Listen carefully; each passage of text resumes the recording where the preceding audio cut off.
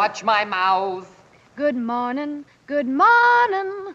It's great to stay up late. Good morning to you. The Convincing? 50s were a time when comedy went hand in hand with singing, dancing, and romance. Welcome to WatchMojo.com, and today we're counting down our picks for the top 10 comedies of the 1950s.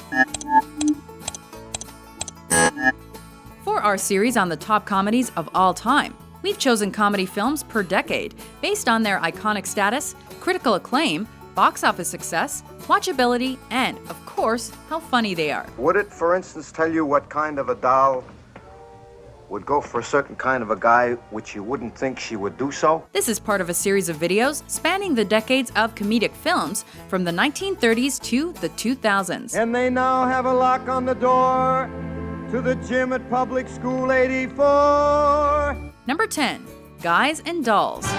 Why, it's good old reliable Nathan, Detroit.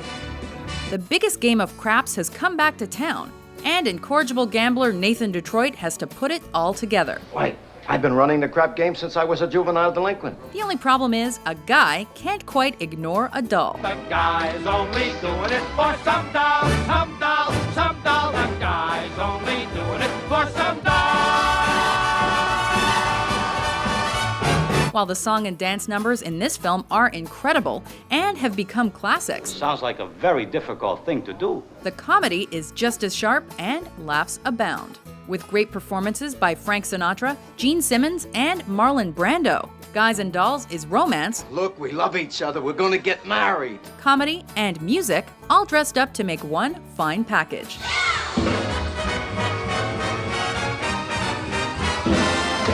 I'll play ball with you, all right? Number 9, Summer Stock. If you feel like singing, sing, tra-la-la, fiddle-dee, tra-la-la. The 50s were rife with great musical numbers and dances, but Summer Stock also manages to inject a whole lot of comedy into the mix as well. Believe me, in my work, I know it's got to be done. This Metro-Goldwyn-Mayer production follows Jane, a farm owner We haven't had a decent crop for 3 years. who gets more than she bargained for when a troupe of actors, including her sister, uses her barnyard as a playhouse. I gotta dig for your dinner. Dig. Here I'm talking to you. Gene Kelly and Judy Garland managed to put on a pithy show while never abandoning that good old 50s romance. The result is this sweet, happy, and funny little film. Harv! Harv, you pinhead! If you can hear me, don't come out! I'll slaughter you! I'll slaughter you! Oh! Harv! Once I'm up the thorny vine, the regal maiden shall be mine. Number 8, The Court Jester. Pellet with the poisons in the vessel with the pestle, the chalice from the palace as the brew that is true, right? Right. Talk about a tongue twister. Before there was Robin Hood Men in Tights, there was The Court Jester. Haven't we met before? It's not very likely, my good man. You see, I'm on my way back from the Italian court. In this madcap comedy, an unwitting spy infiltrates the ranks of the king as a jester in order to usurp him and reveal the true ruler. Because, sire, disguised as a member of their group, I saw him. Thrilling stuff, right? Beat me, kick me. I am yours. The only drawback is that Hawkins, the jester, isn't quite up to the task. But with the help of a powerful witch, he manages to hold his own and get us laughing. With your permission? Why, you swine.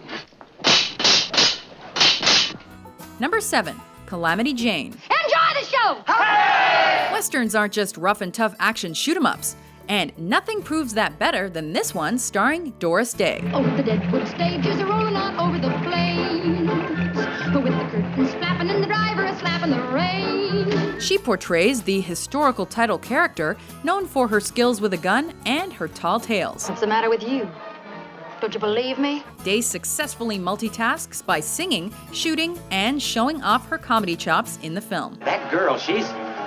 Oh, never mind. And while Calamity Jane's banter is certainly a high point, as with most 50s comedies, romance also finds a way in. There'll never be another man like him. Not for me. Not ever. Well, ain't gonna be easy getting her out of my system either. She was so beautiful. Beautiful. Number 6. Funny Face. Yes, thank you. Can I help you? In Funny Face, a bookshop clerk's mundane life is turned upside down when a fashion photographer makes her a tempting offer. She'd be great for us. She'd devour us all. Oh, come on, Maggie. Well, look at her.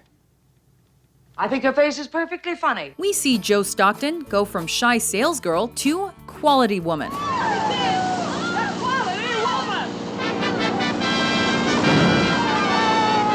Unfortunately, things don't turn out quite the way they're supposed to when she realizes that the glamorous life isn't what she expected. It's shishi and an unrealistic approach to self-impressions as well as economics. Audrey Hepburn and Fred Astaire are the perfect pair, and the film itself is elegant, timeless, and stylish.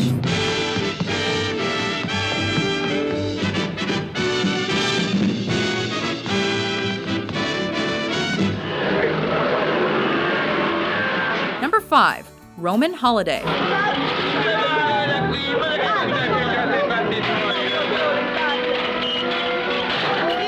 When it came to movies in the 1950s, comedy and romance were often mentioned in the same breath. That was a shrewd observation. A little chemistry goes a long way in highlighting a film's funnier moments. And in this romantic comedy starring Audrey Hepburn and Gregory Peck, the laughs come with the love. Will you help me get undressed, please? Reporter Joe Bradley sees a golden opportunity when Princess Anne escapes her royal duties to live life, and the two begin falling in love. Looks like I'll have to move. A box office hit, Roman Holiday won 3 Oscars and our hearts. Say, you were great back there. You weren't so bad yourself.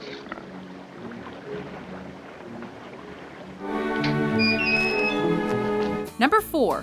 Harvey. After you. There's just something about giant imaginary bunnies in cinema. But Harvey's not only a puka, he's also my best friend. In this fantasy comedy starring Jimmy Stewart, Elwood Dowd is a cheerful, down-to-earth kind of guy. Except for one thing, Harvey. I'd like you to meet Harvey. Harvey, you've heard me speak of Aunt Ethel Chauvenet. She's one of my oldest and dearest friends. While most people think Elwood's bunny friend is imaginary, strange things seem to be happening all around. With an Oscar-winning performance from Josephine Hull. Every once in a while, I see this big white rabbit myself. And an Oscar-nominated performance from Stewart, Harvey is a naive but hilarious comedy that still holds up today. Charming place, isn't it, Harvey? Name's Henry. It's Henry, Harvey. Oh, just plain Henry.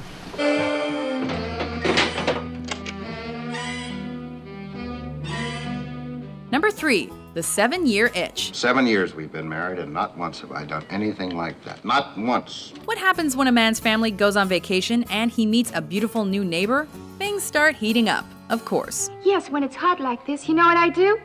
I keep my undies in the icebox. When Richard Sherman and the girl start spending time together, he starts to feel the so-called 7-year itch, a sudden need to be unfaithful. Who, me? Whatever gave you that idea? But what really makes the film adaptation of the play of the same name so memorable is Marilyn Monroe and Tom Ewell's strained chemistry, which spawns a lot of laughs and iconic moments. Oh, do you feel the breeze from the subway? Isn't it delicious? Number 2, Singin' in the Rain. I'm singing in the rain, just singing in the rain. What a glorious feeling, I'm happy again. During a decade when movies needed a little something extra to draw in audiences, comes this musical comedy starring Gene Kelly, Donald O'Connor, and Debbie Reynolds. I haven't been able to think of anything but you ever since. Honest? Honest. Song and dance takes center stage in Singin' in the Rain, which finds its actors on the cusp of a cinematic revolution. Public is screaming for more. More what? Talking pictures, talking pictures. Set in the late 20s, things go awry for the era of silent Hollywood films when talkies come around. Well, of course we talk.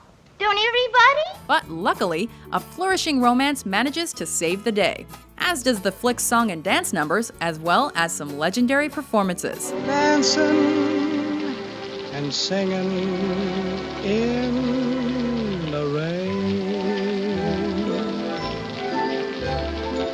Before we unveil our pick for comedy of the 1950s, here are a few honorable mentions. Wait a minute! What are we going to do about her?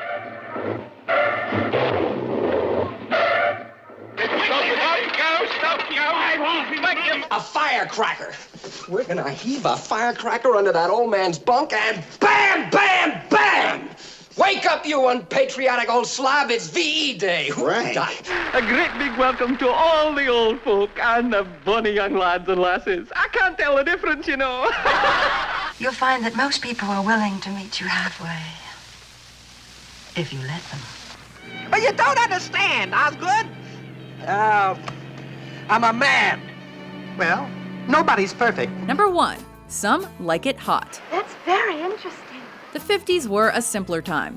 You could get a good laugh by just throwing on some women's clothing and a high-pitched voice. Don't you think you're a little young for that, Sonny? Alright, so that gag is actually still pretty funny today. But back then, Tony Curtis and Jack Lemmon really did it with style.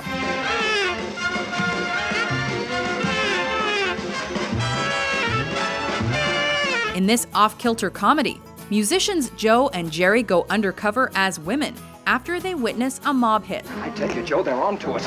And they're gonna line us up against the wall and... The only problem is, life seems better than ever as the fairer sex. Osgood proposed to me. We're planning a June wedding. And then there's Marilyn Monroe. Some like it hot indeed. You've got cold feet. Isn't that ridiculous? Here, let me warm you up a little. There. Isn't that better? I'm a girl, I'm a girl.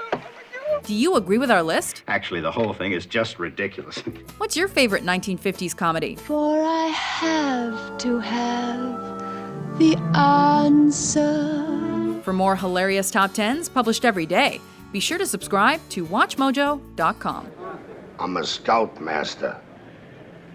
Don't ever help my mother across the street.